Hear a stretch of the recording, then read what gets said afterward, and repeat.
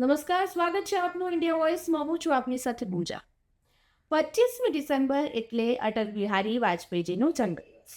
આ દિવસને સુશાસન દિવસ તરીકે ઓળખવામાં આવે છે. વાજપેયીજીની 100મી જન્મજયંતિના અવસરે ગુજરાત સરકારે અટલ નેતૃત્વ અવિરત વિકાસના ધ્યેય સાથે સુશાસન સપ્તાહનું આયોજન કર્યું છે. આ સપ્તાહના ત્રીજા દિવસની થીમ લખપતિ દીદી અને નમો ડ્રોન દીદી યોજના છે. ચાલો જોઈએ કેવી રીતે આ યોજનાઓ ગ્રામીણ મહિલાઓના જીવનમાં પરિવર્તન લાવી રહી છે.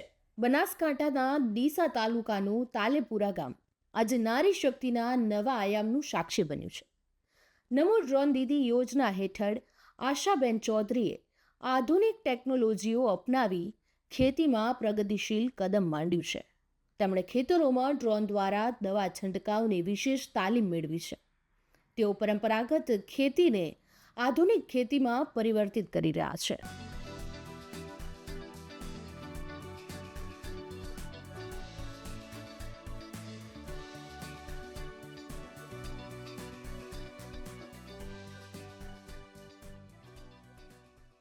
અમે અમારું સખી મંડળ બનાવ્યું આશાપુરી. સખી મંડળ બનાવ્યા પછી અમે સરકારશ્રીની અલગ અલગ બહેનો માટેની યોજનાની તાલીમ લેવા જતા. તો અમે કેવીમાં તાલીમ લેવા ગયા હતા. ત્યાં ડૉક્ટર પવાર સાહેબે અમને માહિતી આપી કે નમો ડ્રોન દીદી યોજના આવી રહી છે. તો પાયલોટ પ્રોજેક્ટમાં જ એમને મારું નામ લખાવ્યું અને પછી એમને ઇન્ટરવ્યૂ માટે બોલાયા. ઇન્ટરવ્યૂ આપ્યા પછી મારું સિલેક્શન થયું. સિલેક્શન થયા પછી અમે 15 દિવસની પૂના ટ્રેનિંગ માટે ગયા.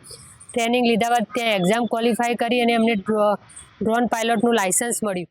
આ યોજના અંતર્ગત મળેલી અંદાજે 17 લાખ રૂપિયાની ડ્રોન કીટ આશાબેન માટે સ્વરોજગારનું સબળ માધ્યમ બની છે. આ આધુનિક સાધન દ્વારા તેઓ માત્ર આત્મનિર્ભર જ નથી બન્યા, પરંતુ પરિવારની આર્થિક ઉન્નતિમાં પણ પાયાનું યોગદાન આપી રહ્યા છે.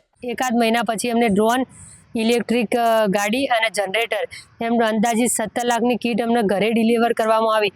એના પછી અમે ઓર્ડર લેવાના ચાલુ કર્યા. તો અમે ઓર્ડર લેવાના તો અમારું 2 મહિનામાં જ અમે 1 લાખ રૂપિયાની કમાણી કરી હતી સિઝનમાં. એટલે અમે લખપતિ દીદી બની ગયા. અત્યારે ઓર્ડર લેવા ક્યાંય નહીં જવું પડતું. અમારા ઓર્ડર ઘરે બેઠા જ ઓર્ડર આવે છે. ગુજરાતના અંતરિયાળ વિસ્તારો સુધી પહોંચેલી યોજના સુશાસનનું ઉદાહરણ પૂરું પાડે છે. આશાબેન જેવી લાખો મહિલાઓ આજે ટેકનોલોજીના સહારે લખપતિ દીદી બનવા તરફ મક્કમ ડગ માંડી રહી છે.